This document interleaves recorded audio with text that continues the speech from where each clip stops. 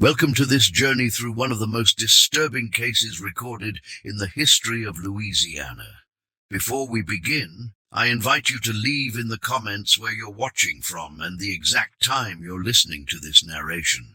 We're interested in knowing what places and what times of day or night these documented stories reach. The Saint. Martin Parish Courthouse archives contain a peculiar gap in their records from the spring of 1843 to the late summer of 1845. For decades, this was dismissed as damage from humidity or perhaps the chaos of record-keeping in pre-Civil War Louisiana. But in 1962, during a renovation of the courthouse basement, workers discovered a sealed metal box behind a section of brick wall that appeared newer than its surroundings. Inside was a collection of handwritten accounts, official documents, and a leather-bound journal with its cover stained dark around the edges. The county clerk who first examined these papers requested they be sealed again and stored separately from public records. They remained untouched until 1965, when Professor James Whitmore of Tulane University gained temporary access for what he described as historical cataloging purposes. The documents were never publicly released. In 1968, a small fire in the archive's storage room allegedly destroyed several boxes of historical materials, including, according to official reports, this collection. However, Whitmore's detailed notes survived, and they tell the story of what local residents once called the Bride of Bayou, a tale that was deliberately struck from official history. The story begins with a name, Madeline. According to the 1900 census of most common female names in Louisiana, Madeline ranked 27th in popularity. In the spring of 1843, Madeline Reynolds arrived in St. Martinville, a small but prosperous settlement along Bayou, approximately 15 miles from New Iberia. She came as the new bride of Harold Walker, owner of Oak Shadow Plantation, one of the largest sugarcane operations in the parish. Harold Walker was 47 years old, a widower for the past 3 years. His first wife, Caroline, had died from what the local doctor recorded as excessive melancholy, leading to physical decline, a common diagnosis for what we might now recognize as severe depression. Walker had traveled to Charleston, South Carolina 4 months earlier and returned with a new bride nearly half his age. By all accounts recovered from correspondence and the few journal entries from neighboring plantation wives, Madeline was described as exceptionally comely, with a peculiar intensity to her gaze. She was educated, well-spoken, and seemed to adapt quickly to her role as mistress of Oak Shadow, despite having no previous experience managing a household of such size. Oak Shadow employed 48 enslaved people, an unusually high number for a plantation of its size, according to tax records from the period. Harold Walker had a reputation for acquiring troubled labor, purchasing enslaved individuals with histories of escape attempts or resistance at reduced prices. In a letter dated April 7, 1843, Margaret Beauchamp, wife of a neighboring planter, wrote to her sister in Baton Rouge, "The new Mrs. Walker has taken to her duties with unusual zeal. Harold appears most satisfied with his selection, though I confess there is something in her manner that leaves one feeling as though one has been assessed rather than conversed with. She asks questions that ladies seldom concern themselves with, about the management of field hands and disciplinary measures." The plantation overseer, a man named Thomas Hebert, had been employed at Oak Shadow for 11 years. According to testimony later given to the parish sheriff, Heber initially found Madeline's interest in plantation operations unsuitable for a lady of her station, but Harold insisted he answer any questions his new wife might have. During her first weeks at Oak Shadow, Madeline was observed spending long periods walking the property. She showed particular interest in the far eastern edge, where the cultivated fields gave way to cypress swamp. This area, locally known as le fin de la terre, the end of the earth, was considered unusable land, where the plantation's boundary dissolved into the murky waters of the Bayou. The first unusual incident occurred approximately 6 weeks after Madeline's arrival. An enslaved woman named Ruth, who worked in the main house, reported to Heber that several items had gone missing from the kitchen, specifically a large butcher's knife, rope, and a bottle of the laudanum that Harold used for his recurring gout pain. Heber later recalled that when he mentioned this to Madeline, she seemed unconcerned, suggesting that perhaps one of the housegirls misplaced them during cleaning. No search was conducted, and the matter was apparently forgotten. In early May of 1843, a field hand named Solomon was reported missing. Solomon had been purchased by Walker the previous year and had already attempted escape twice. His disappearance was not initially treated as unusual, and Walker ordered the customary search of neighboring properties and the posting of a $20 reward for his return. After 3 days with no sightings, Hebert organized a more thorough search with dogs. The hounds followed Solomon's scent to the edge of the swampland, but refused to go further, becoming agitated and uncooperative. This was noted as strange, as these same dogs had previously tracked runaways deep into swamp territory on other occasions. Harold Walker, according to Hebert's journal, was prepared to accept the loss and file an insurance claim for the escaped property. It was Madeline who insisted the search continue. In what was described as an unusual display of feminine determination, she personally offered an additional $30 from her own dowry funds to anyone who could locate Solomon or provide information about his whereabouts. No one claimed this reward. Solomon was never found. 3 weeks later, another disappearance occurred. This time, it was a house servant named Mary, who had been attending to Madeline's personal needs. According to kitchen staff accounts, Mary had been summoned to Madeline's private sitting room the evening before she was discovered missing. No one reported seeing her leave the main house. Unlike Solomon, Mary had no history of escape attempts. She had been born on the plantation and had family among the enslaved community, a mother, 2 sisters, and a young child of 4 years. When questioned by Hebert, Madeline claimed she had dismissed Mary early, as she had a headache and desired solitude. She expressed surprise at the woman's disappearance and suggested that perhaps Solomon had returned and convinced her to leave with him. The search for Mary was less vigorous than for Solomon. Without a history of flight, she was initially presumed to be hiding somewhere on the property, possibly afraid of punishment for some unknown transgression. After 5 days, Harold Walker considered the matter closed and assigned another house servant, Esther, to replace Mary in attending to Madeline.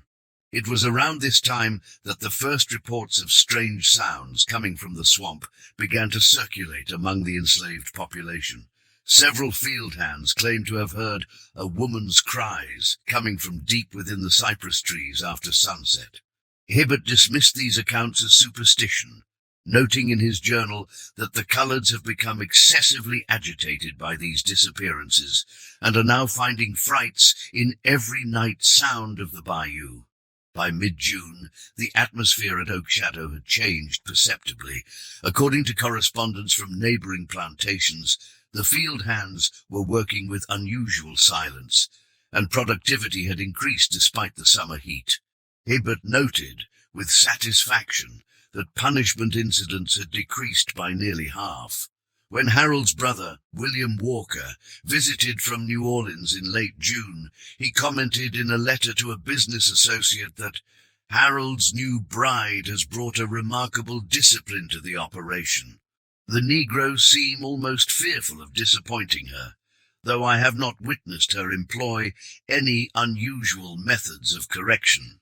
William also mentioned that his brother appeared somewhat diminished since his marriage, describing him as quieter than I recall, and seemingly content to defer to Madeline's judgment in matters I would have expected him to control firmly.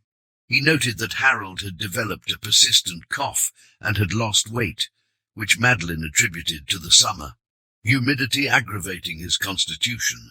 On July 2nd, 1843, a field hand named Isaac failed to appear for morning roll call. Isaac was described in plantation records as strong-willed but reliable, and had been at Oak Shadow for 7 years. His disappearance marked the third in less than 3 months. This time, Harold Walker ordered only a cursory search of the immediate property before declaring Isaac a runaway. According to Hebbert's journal, Madeline showed little interest in this latest disappearance, merely commenting that the heat and work drive some men to foolish decisions.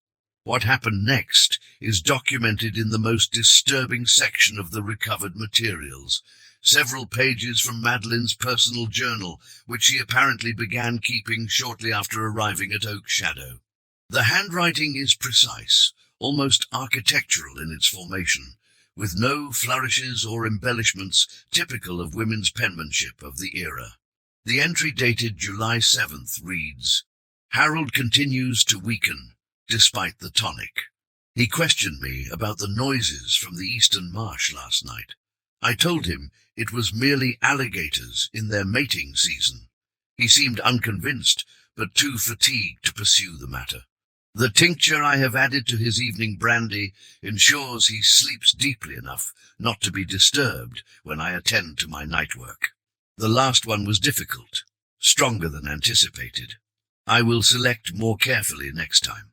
By mid-July, reports of unusual sounds from the swamp had become common enough that even neighboring plantations had begun to take notice.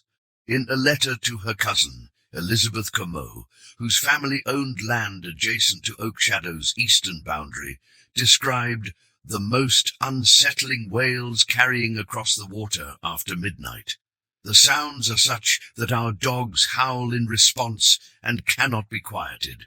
Our overseer insists it is only herons or perhaps a panther, but I have lived beside this swamp my entire life and never heard its like." On July 23rd, Harold Walker took to his bed with what was described as a wasting fever. The local physician, Dr. Samuel Wilson, was called to attend him, and Wilson's notes, which were among the recovered documents, indicate he suspected consumption, noting the patient's severe weight loss, persistent cough, and occasional presence of blood in the sputum. He prescribed rest, beef broth, and a standard laudanum mixture for pain and sleep. What Wilson found more noteworthy, however, was Madeline's behavior. In a personal letter to a medical colleague in New Orleans, Wilson wrote, "The new Mrs. Walker displays none of the distress one would expect from a bride of scarcely 4 months whose husband lies potentially dying. She receives my instructions with perfect composure and administers his medicines herself, refusing even the assistance of house servants. Most peculiar was her singular question, whether, in my opinion, a body buried in swamp water would decompose more rapidly than one in dry soil. She claimed the question related to a novel she had been reading, but I confess it left me discomfited." During Harold's illness, no further disappearances were reported among the enslaved population. Heber noted that work continued with unusual efficiency, and the enslaved people now moved in groups, never allowing anyone to be alone, particularly near dusk or when working closer to the swamp boundary. By early August, Harold's condition had deteriorated significantly. Dr. Wilson visited every 3rd day, but his notes suggest he had little hope for recovery, writing on August 9th that the patient's decline accelerates beyond expectation. Mrs. Walker reports administering the prescribed treatments faithfully, yet I observe no improvement, indeed quite the contrary. On August 15th, Harold Walker died in his bed at Oak Shadow Plantation. The official cause was recorded as consumption, though Dr. Wilson privately expressed some reservation about the rapid progression of the illness. Madeline arranged for a modest funeral, citing her husband's supposed wishes for simplicity, and Harold was buried in the small Walker family cemetery on the plantation grounds. With Harold's death, Madeline inherited full control of Oak Shadow, as the couple had no children and Harold had no surviving male relatives in Louisiana. His brother William, who might have contested the inheritance, had returned to New Orleans and, according to correspondence, had himself fallen ill with what was described as a similar wasting condition shortly after his visit to Oak Shadow. It was after Harold's funeral that the most disturbing pattern of disappearances began. Between late August and early October of 1843, 5 more enslaved people vanished from Oak Shadow. Unlike the earlier cases, these individuals had no history of escape attempts. They included an elderly man who had been at the plantation for over 20 years, a pregnant woman within weeks of her delivery date, and a 14-year-old boy who worked in the stables. Hebbert's journal entries from this period reveal increasing concern not only about the disappearances, but about Madeline's management style. He wrote on September 12th, "Mrs. Walker insists on personally selecting which hands will work the eastern fields each day, a task previously left to my judgment. Her selections seem to follow no pattern I can discern, sometimes choosing the strongest, other times selecting those who have shown the slightest infractions in their duties. Those chosen often return from their day's labor with a strange quietness about them, and I have observed that within a week of such special assignment, they frequently vanish." By October, rumors had begun to spread beyond Oak Shadow. The parish sheriff, James Collins, received an anonymous letter claiming that murder most foul occurs at the Walker plantation, with the enslaved being slaughtered by the mistress's own hand and fed to the creatures of the swamp. Collins dismissed this as malicious gossip, likely from a business rival of the late Harold Walker, but did make an unannounced visit to Oak Shadow on October 10th. Sheriff Collins' report, found among the recovered documents, states that he found nothing unusual at the plantation. He described Madeline as a gracious widow, managing admirably in difficult circumstances, and noted that she gave him a complete tour of the property, including the slave quarters, where he was free to speak with anyone. He did remark that the Negroes seem unusually subdued, though well-fed and without visible signs of harsh treatment. What Collins did not include in his official report, but mentioned in a private letter to Judge Martin Voorhees, was that he declined Madeline's invitation to inspect the eastern boundary of the property, citing time constraints. He admitted to the judge that something in the lady's too eager suggestion that we walk to the swamp's edge left me with a profound reluctance to do so. I cannot explain the sentiment, except to say that as we stood on the veranda, looking toward that cypress line, I felt I was being measured for something other than my official interest. The day after Sheriff Collins' visit, an enslaved man named Daniel disappeared. Daniel had been one of the individuals the sheriff had spoken with during his inspection. According to accounts from other enslaved people later collected by Hebbert, Daniel had told the sheriff that conditions at Oak Shadow were as well as could be expected, but had added, though some who go to work by the East Marsh never return to tell what they've seen. 2 days later, the overseer Thomas Hebert himself vanished. This disappearance could not be explained away as an escape or typical plantation incident. Hebert was a free white man, respected in the community, with family in nearby New Iberia. His absence was noted when he failed to appear at a scheduled meeting with cotton factors in St. Martinville on October 14th.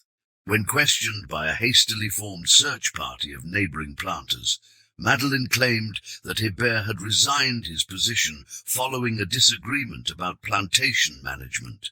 She produced a letter, allegedly written by Hebert, stating his intention to seek employment in Mississippi. The handwriting was later questioned by Hebert's brother, though no formal investigation was pursued at that time.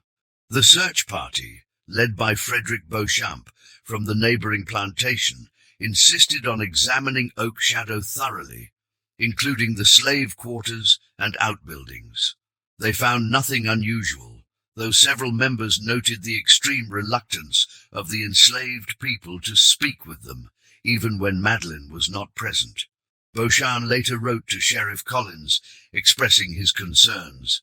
The entire plantation operates under a pall of silence that I have never before witnessed. The field hands work with their eyes downcast, speaking not even among themselves. Most troubling was our approach to the eastern boundary, where the property meets the cypress swamp. As we neared that line, our guides became so visibly distressed that two women fell to their knees, refusing to proceed further. When pressed for explanation, they would say only, "That's where the mistress takes them." The search party did not venture into the swamp itself, as dusk was approaching, and none were familiar enough with that particular section of Bayou to risk darkness there. They agreed to return the following day with boats and additional men. That night, according to statements later collected, strange lights were observed moving in the swamp, and the sounds, described variously as wailing, screaming, and a woman singing in a foreign tongue, were heard by neighboring plantations as far as 2 miles away. The following morning, when Beauchamp returned with a larger party, including experienced swamp guides, they were met at Oak Shadow by a scene of bizarre emptiness. The main house stood with its doors open. No servants attended the grounds. The field hands were not at their morning stations. The entire enslaved population of Oak Shadow Plantation, 39 people at that time, was gone. So was Madeline Walker. The search party proceeded cautiously through the abandoned property. In the main house, they found evidence of hasty packing, drawers left open, certain valuables missing. In Madeline's private sitting room, the searchers discovered a hidden compartment beneath a floorboard containing a small leather-bound book, several unusual implements described as foreign in design, possibly African in origin, and a collection of small cloth pouches containing what appeared to be human teeth, hair, and bone fragments. The journal, which comprises a significant portion of the recovered documents, revealed the true horror of what had transpired at Oak Shadow. Written in the same precise hand as the earlier entries, but now filling page after page with increasingly disturbed content, Madeline's writings detailed a calculated campaign of ritual murder. She described selecting victims carefully, observing them for signs of physical strength or spiritual resistance. She wrote of luring them to the swamp's edge under various pretexts, usually a special assignment from the mistress that could not be refused, and then subduing them with drugged water or, in cases of larger men, having them struck from behind with a weighted club as they worked. The most disturbing passages detail what she called the feeding, elaborate rituals conducted in a small clearing deep within the swamp, accessible only by a narrow, winding trail that she had discovered and widened during her early explorations of the property. Here, according to her writings, she would bring her still-living victims and perform a series of ritualized cuts, bleeding them slowly into the dark waters while reciting what she called the old words my grandmother taught me in Charleston. Madeline claimed in these writings that her grandmother had been brought to South Carolina from Haiti during the revolution there, and had passed down secrets of controlling spirits and binding human will. She wrote that each feeding made her stronger, while simultaneously weakening those who remained at Oak Shadow, making them more compliant and less likely to flee or resist. The journal's final entry, dated October 15th, 1843, the day after Hebert disappeared, reads, "They know now. I saw it in Beauchamp's eyes today, that flicker of realization beneath his performance of concern. The swamp has whispered to them, or perhaps Hebert did not die as quickly as the others. No matter. I have taken enough to complete what I began. Harold, his brother, 9 of the strongest among the slaves. Their essence flows in my veins now. Tonight I will call the remainder to the water's edge. Those who are worthy will become my instruments. The rest will feed what grows beneath the cypress roots. By dawn we will be gone from this place, moving west along the water paths where white men fear to follow. In the territories we will find another plantation, another master in need of a wife. And we will begin again. The search party, upon reading portions of this journal, immediately formed a larger expedition to enter the swamp area at the eastern edge of Oak Shadow. Local guides and experienced hunters led them through the difficult terrain, following what appeared to be a recently used trail. After nearly 2 hours of careful progress through the cypress and standing water, they reached a small island of relatively dry land. What they found there was described in a sworn statement by Frederick Beauchamp, the only written account of the discovery that survived. The clearing contained evidence of repeated horrific activities. A large cypress at its center had been modified with iron spikes and hooks driven into its trunk at various heights. The ground beneath was stained dark in a wide circle. Personal effects: a shoe, fragments of clothing, a carved wooden pendant known to have belonged to the house servant Mary, were found scattered at the edge of the clearing. Most disturbing was the discovery, partially submerged in a pool of stagnant water, of what our guides identified as a gree-gree of tremendous size, a ritualistic object consisting of a burlap sack containing various items. When examined, this sack was found to hold human remains, specifically severed hands, at least a dozen by our count, in various states of decay. Among them, based on a distinctive gold ring still on one finger, were the remains of Thomas Hebert. The search continued for 3 days, expanding outward from this clearing, but no further sign of Madeline or the missing enslaved people was ever found. The prevailing theory, as recorded in Sheriff Collins' final report, was that Madeline had led them westward through the interconnected waterways, possibly heading toward the less settled areas of Texas. A warrant was issued for Madeline Walker on charges of murder, but she was never apprehended. Reports of similar disappearances and strange occurrences surfaced periodically over the next decade in western Louisiana and eastern Texas, but none were definitively linked to her. Oak Shadow Plantation was eventually sold at auction to cover Harold Walker's outstanding debts, as his estate had been severely mismanaged in the months before his death. The new owners reportedly refused to cultivate the eastern section bordering the swamp, leaving it to return to wilderness. In 1862, during the Civil War, the main house of Oak Shadow was burned by retreating Confederate forces to prevent it from being used as a Union headquarters. The property was subsequently divided and sold to multiple owners after the war, and the name Oak Shadow was deliberately retired. Local histories of St. Martin Parish written in the late 19th century make no mention of the Walker case or the disappearances at Oak Shadow. It was as if the entire incident had been deliberately expunged from community memory. Professor Whitmore's notes from his 1965 examination of the documents conclude with a disturbing postscript. During his research, he attempted to locate descendants of the families mentioned in the case, the Walkers, Heberts, Beauchamps, and others. While tracking these genealogical lines, he discovered an unusual pattern. In the decades following the Oak Shadow incident, an unusually high number of prominent men in the region died from what was described as wasting illnesses, similar to Harold Walker's symptoms. More striking was that many of these men had, shortly before their decline, married women with limited or unverifiable backgrounds. These marriages were typically brief, the husband rarely living more than a year, and the widows tended to leave the area shortly after settling their inheritance.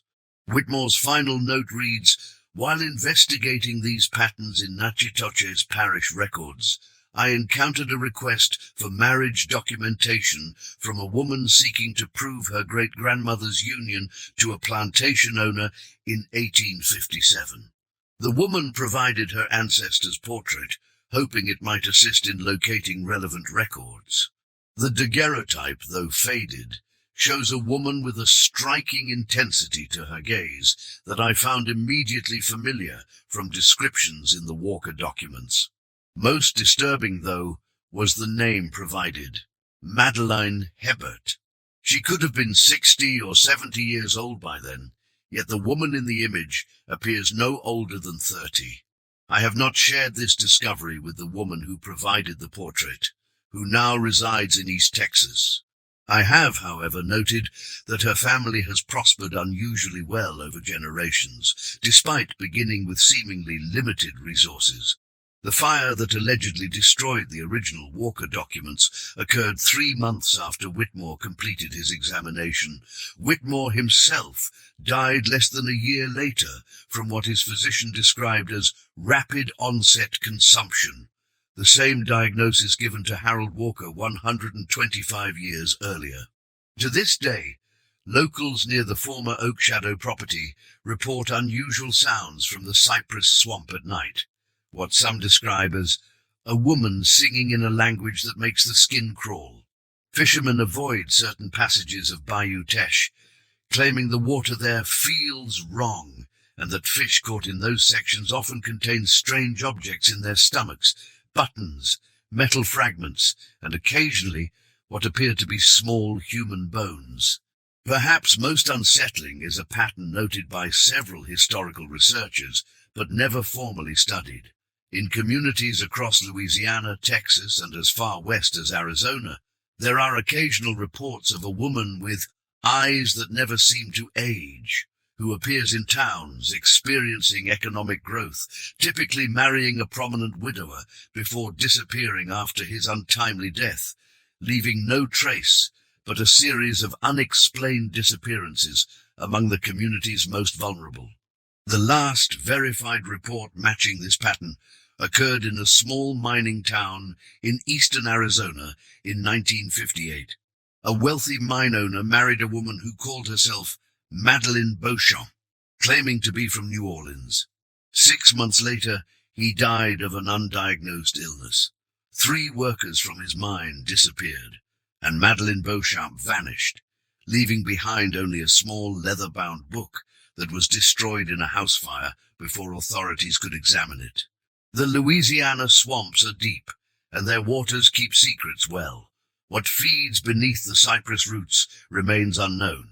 But in certain parishes, parents still warn children to come home before dark with the caution, "Don't linger near still water at dusk, or the bride of the Bayou might take a liking to you." What the recovered documents from 1965 failed to fully explain was the fate of the 39 enslaved people who disappeared from Oak Shadow that October night. Local folklore maintained that they had been victims of Madeline's final feeding ritual, their bodies disposed of in the deep pools of the cypress swamp. However, Professor Whitmore's extensive notes include interviews with elderly residents of St. Martin Parish conducted in the early 1960s, which suggest a more complex truth. According to these accounts, for years after the Oak Shadow incident, there were sporadic reports from hunters and trappers who claimed to have encountered ghost-like Negroes deep in the swamplands between St. Martinville and the Atchafalaya Basin. These individuals were described as wild-eyed and speaking in tongues, living in makeshift camps that could be quickly abandoned. They reportedly fled from any white person who came near, disappearing into waterways where few would follow. One particularly detailed account came from Etienne Mouton, a Cajun trapper who, in 1851, claimed to have stumbled upon a hidden settlement approximately 17 miles southwest of the former Oak Shadow plantation. In a statement given to a traveling Methodist minister and preserved in church records, Mouton described finding a collection of huts built high on stilts above the water, connected by plank walkways that could be quickly pulled up. He observed approximately 20 individuals, including women and several children, who appeared to have been born in the years since the Oak Shadow disappearances.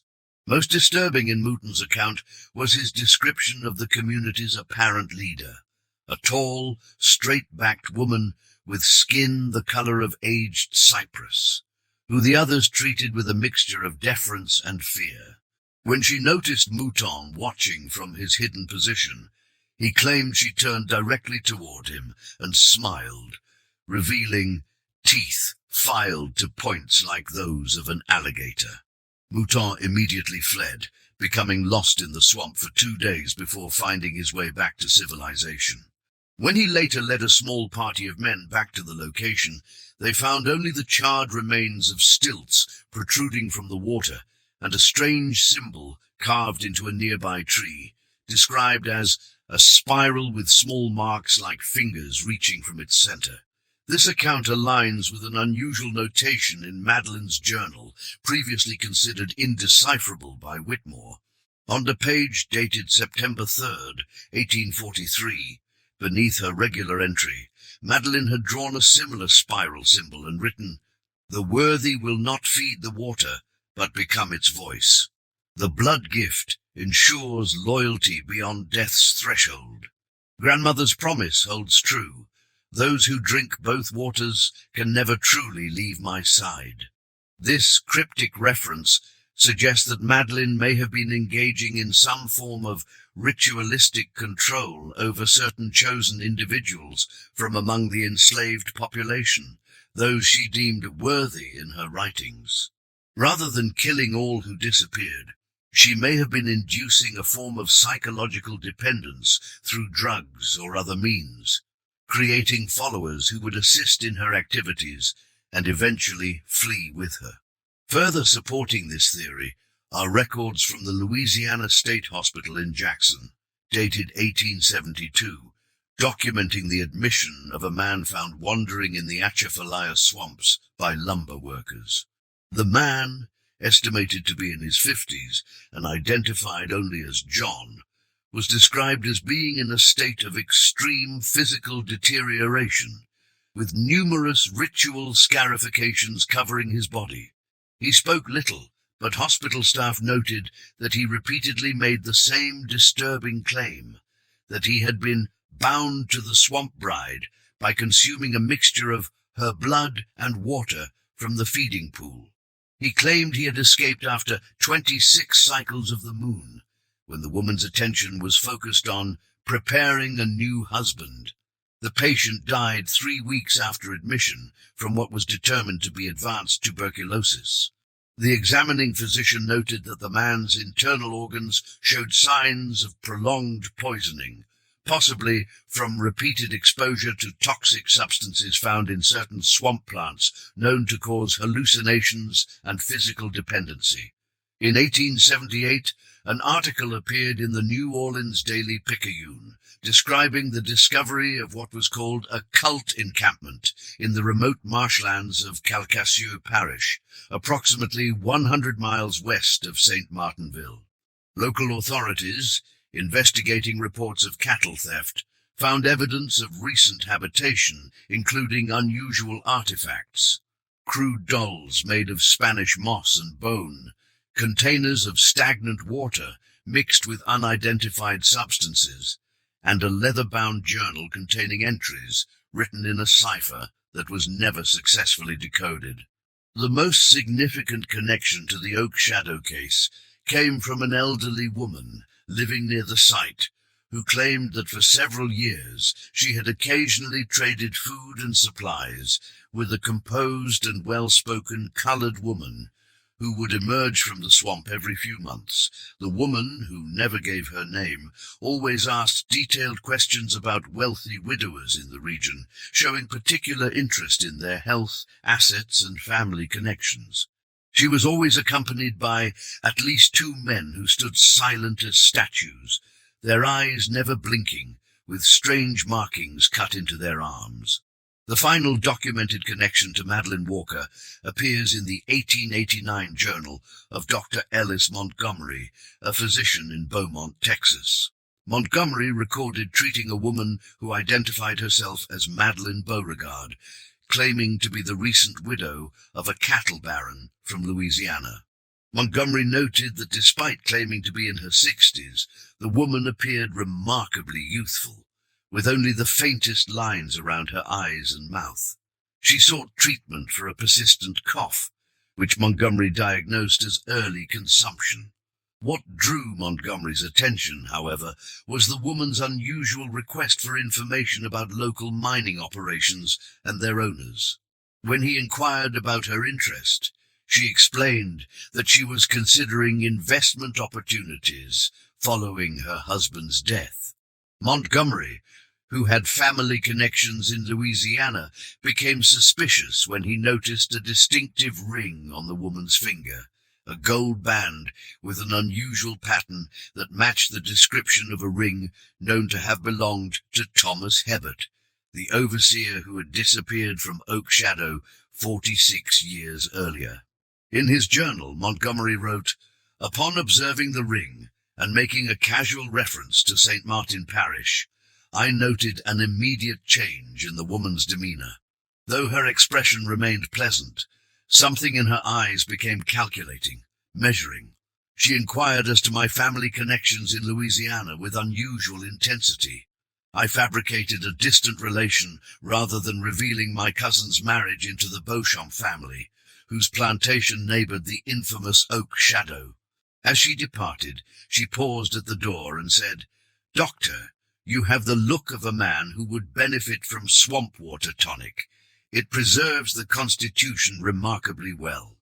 The statement was delivered with such knowing menace that I found myself unable to sleep that night. The following morning, I made inquiries about Mrs. Beauregard's residence, only to find she had departed town before dawn, leaving no forwarding address. Montgomery's journal entry is the last credible historical record that can be potentially linked to Madeline Walker. However, local histories throughout East Texas and western Louisiana contain scattered references to a woman matching her description appearing periodically in remote communities through the early 1900s, always following a similar pattern: marriage to a wealthy, usually older man, his subsequent illness and death, unexplained disappearances among local workers or servants, and the woman's eventual departure with a small group of devoted followers. The most intriguing aspect of these accounts is the apparent age of the woman, described consistently as appearing to be in her late 20s or early 30s, despite the passing of decades. This impossibility has led most historians to dismiss these as separate incidents involving different women, perhaps even deliberate mimicry of the notorious Bayou Bride legend. However, those familiar with the original Oak Shadow documents note the consistency of specific details across accounts separated by both time and distance, details that were not included in any publicly available records of the case. Professor Whitmore's final notes on the Oak Shadow investigation, dated just 2 weeks before his own death in 1966, contain a troubling personal admission. "I have become increasingly convinced that my research has drawn unwanted attention. Twice in the past month, I have observed a woman watching my home from the street, a slender figure who never approaches, but stands motionless for hours. Yesterday, my housekeeper reported that while I was at the university, a well-dressed woman, claiming to be a former student, requested access to my study to leave a gift. When refused entry, she left a small package containing a cloth pouch of the type described in the Walker documents, filled with what appears to be soil and water from a swamp. Enclosed was a note reading only, 'Curiosity fed the historian to the water. I have decided to conclude my research immediately, and have arranged for my notes to be sealed upon my death.' Whitmore died 3 days later after a rapid decline that his doctors could not explain. The official cause was listed as pneumonia, but the attending physician noted the unusual presentation of symptoms, including darkened veins visible beneath the skin and the persistent odor of stagnant water that seemed to emanate from the patient's pores despite repeated bathing. In 1982, during construction of a pipeline through St. Martin Parish, workers uncovered a collection of human remains approximately half a mile from the former eastern boundary of Oak Shadow Plantation. Archaeological examination determined the remains belonged to at least 7 individuals, all showing signs of sharp force trauma consistent with ritual sacrifice. Carbon dating placed the time of death in the mid-19th century. Most notable was the discovery, among the bones, of a gold wedding band engraved with the initials H.W. and a date, March 12, 1843, the day Harold Walker married Madeline in Charleston. The most recent connection to the Oak Shadow case emerged in 2002, when a historian researching antebellum plantation records discovered a daguerreotype in the archives of the Louisiana Historical Society. The image, dated 1842 and labeled simply Charleston Debutante, shows a young woman with striking features and the intense gaze described in accounts of Madeline Walker. What makes this image particularly disturbing is its provenance. It was donated to the Society in 1971 by a woman named Madeline Heber, who claimed to have found it among her grandmother's possessions. Attempts to locate this donor revealed that the address provided was a cemetery in New Orleans' Garden District, and the plot number corresponded to a grave that, according to records, had remained empty since its purchase in 1868. The name on the deed for this burial plot, Madeline Walker. In the years since Professor Whitmore's investigation, the legend of the Bride of Bayou Teche has persisted in Louisiana folklore, evolving from historical accounts into cautionary tales told to children and eventually into the stuff of campfire stories and local ghost tours. The actual documents relating to Oak Shadow, if they still exist, remain hidden from public view, perhaps deliberately sealed by those who fear what deeper investigation might reveal, or what it might attract. What is perhaps most disturbing about the Walker case is not the historical horror it represents, but the possibility that it never truly ended. Every few years, local newspapers in small towns across the American South and Southwest publish brief reports of a similar pattern. A charismatic woman with no verifiable background marries a wealthy widower. Local workers or vulnerable residents begin to disappear. The husband dies of a wasting illness. The widow vanishes with a small group of devoted followers. In 2012, police in a small Arizona mining town investigated the disappearance of 3 migrant workers and the suspicious death of Harold Reinhardt, a 78-year-old mine owner who had 6 months earlier married a woman who called herself Madeline Beauchamp. She claimed to be 32, but, according to the town's sheriff, looked like she hadn't aged a day past 25. By the time authorities connected the pattern to previous incidents, Madeline had vanished, along with Reinhardt's personal assistant and 2 household staff members.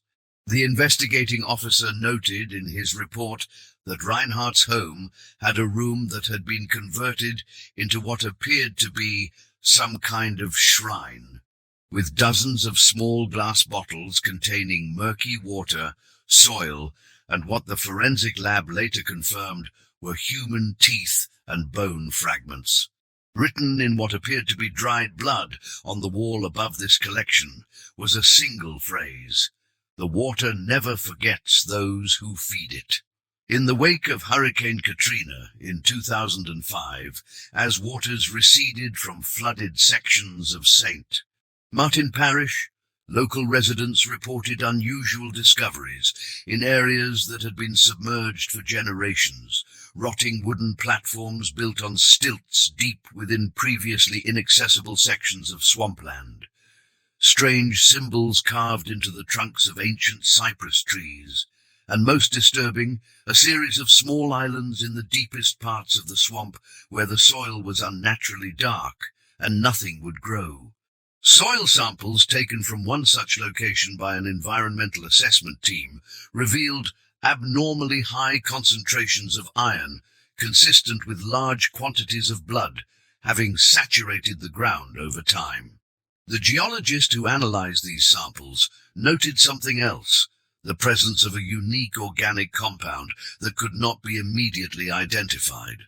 Further analysis by a university laboratory determined it to be a complex mixture containing elements of human blood, swamp water, and extracts from several plants known for their psychoactive properties, including some that are not native to Louisiana. The compound, when tested on laboratory rats, induced an unusual state of heightened suggestibility, followed by intense dependency on the substance. Animals deprived of it after repeated exposure displayed extreme aggression, self-mutilation, and behavior that the researchers described as ritualistic.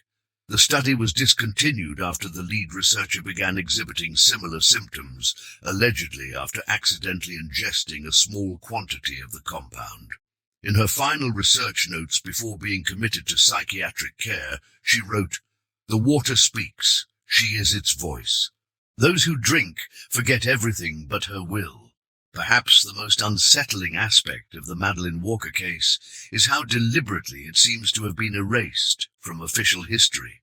The documents discovered in 1962 and examined by Professor Whitmore before their alleged destruction represent the only detailed record of what occurred at Oak Shadow Plantation. All other contemporary accounts, newspapers, court records, parish registers, contain conspicuous gaps precisely where information about these events should appear. This systematic erasure suggests not just the usual historical suppression of uncomfortable truths, but something more deliberate, as if those who knew the full extent of what happened feared that preserving the story might somehow preserve Madeleine herself, keeping her alive in memory, if not in fact. The question that has haunted researchers for decades is not just who or what Madeleine Walker truly was, but whether she represents a historical curiosity or an ongoing threat.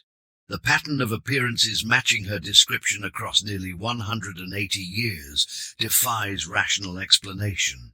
Yet the consistency of details in cases separated by vast distances and decades suggests something beyond mere copycat crimes or folkloric evolution.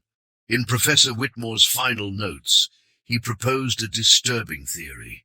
What if the rituals Madeleine performed in the swamp were not merely sadistic murders or expressions of a deranged mind, but part of something she genuinely believed would grant her extended life? And what if, more terrifying still, they worked, not through supernatural means, but through some horrific combination of compounds found in the unique ecosystem of Louisiana's swamps, combined with human biological material in specific proportions? What if she discovered, through her grandmother's teaching or her own experimentation, a substance that could dramatically slow cellular deterioration at the cost of regular feedings of fresh human tissue? This would explain her apparent agelessness, her pattern of movements, the disappearances that always surround her, and her preference for wealthy husbands who could provide both social cover and the financial means to continue her work. This theory, while seemingly fantastic, finds unexpected support in recent scientific research. In 2018, a team studying extremophile bacteria in Louisiana swamps discovered microorganisms that produce compounds with remarkable cellular preservation properties. When applied to human tissue samples in laboratory settings, these compounds dramatically slowed deterioration rates and showed potential for preserving neural function. The researchers noted that similar bacteria, in combination with certain plants found primarily in the Gulf Coast region, could potentially create substances with even more dramatic effects. Their paper, published in a respected scientific journal, made no mention of the Madeline Walker case or Professor Whitmore's theories. However, one of the lead researchers was found to have downloaded all available information about the Oak Shadow case from university archives shortly before beginning the study. 3 months after the paper's publication, this researcher resigned her position and disappeared. Her current whereabouts are unknown. Local law enforcement agencies throughout Louisiana and neighboring states maintain no official files on the bride of Bayou Teche or Madeline Walker. When questioned, representatives typically dismiss the story as folk legend or urban myth. However, veteran officers in certain parishes have been known to quietly track cases that fit the pattern, keeping unofficial records and occasionally warning colleagues in other jurisdictions when similar incidents begin to unfold. One such officer who requested anonymity stated in a 2019 interview, "We don't talk about it officially, but every few years something happens that fits. Woman appears from nowhere, marries into money, people start to vanish. By the time anyone connects the dots, she's gone. Different name each time, but always some variation of Madeline. Always that same pattern of disappearances, always that same description. Young-looking, intense eyes, way of speaking that makes people do what she wants. We've started to notice a geographic pattern too. She moves along waterways, never staying more than a year in one place, always heading west for a while, then circling back to Louisiana like she needs to come home to the original swamp. Like she's feeding something there that keeps her going." In October of 2021, a real estate developer purchased a large tract of land in St. Martin Parish that included the former eastern boundary of Oak Shadow Plantation. During preliminary environmental assessment, workers discovered a series of underwater structures in the swamp area that appeared to be the remains of wooden platforms, similar to those described in Etienne Mouton's 1851 account. Further investigation revealed a small island deep within the cypress stand that contained what archaeologists identified as a ritual site dating to the mid-19th century. Most significant was the discovery of a sealed metal container buried beneath a large cypress tree at the center of this island. Inside was a leather-bound journal with a note affixed to its cover.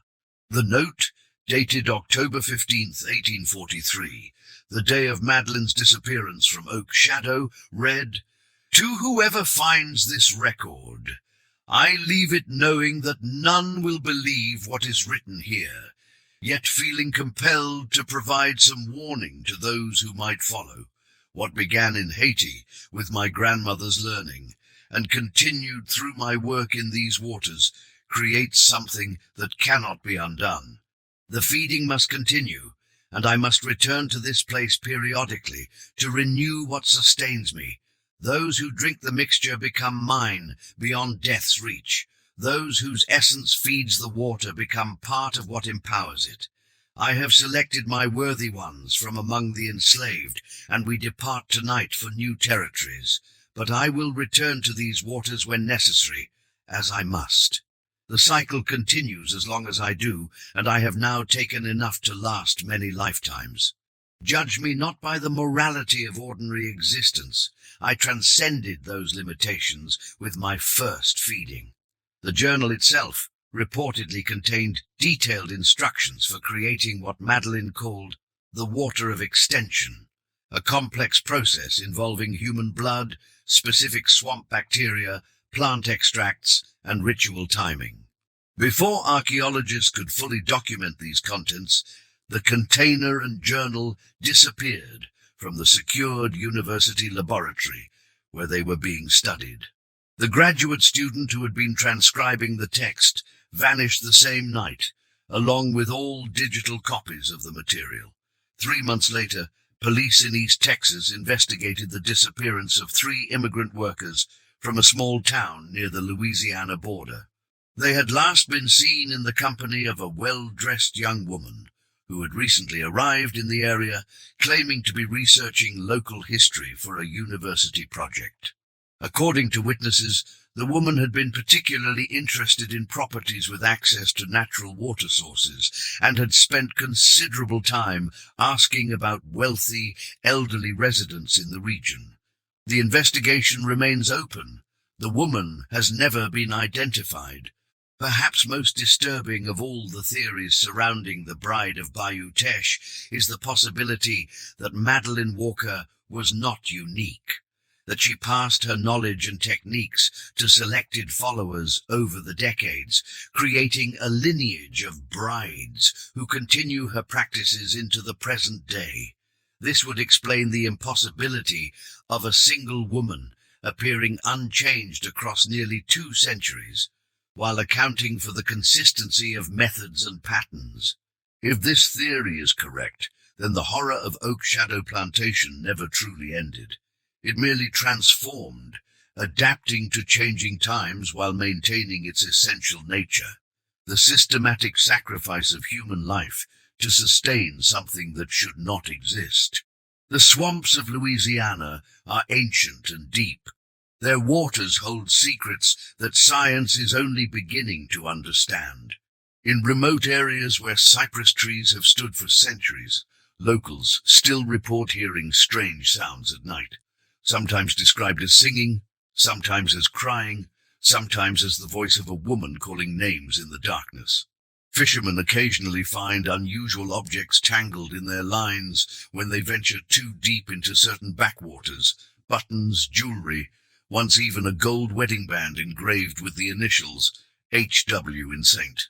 Martin Parish. There is a section of Bayou Teche that local guides refuse to enter, even in daylight. They will not explain why, beyond vague references to bad water or the place where she fed. Maps of the area show nothing unusual, but satellite imagery reveals a subtle anomaly. A perfect circle of darker vegetation, approximately half an acre in diameter, centered on what appears to be a small island. One researcher described finding cellular material that doesn't correspond to any known plant or animal species indigenous to the region, almost as if the water itself had developed a biological signature. Perhaps most telling is the local custom, still observed in certain parishes, of placing small offerings, usually food or flowers, but sometimes personal items like hairbrushes or clothing, at the edge of swamplands on October 15th, the anniversary of Madeline's disappearance from Oak Shadow. Environmental scientists who have analyzed water samples from this location note unusual chemical compositions and unexplained organic compounds that do not match typical swamp ecology. When asked about this practice, elderly residents simply say, "to keep her fed and away from our doors."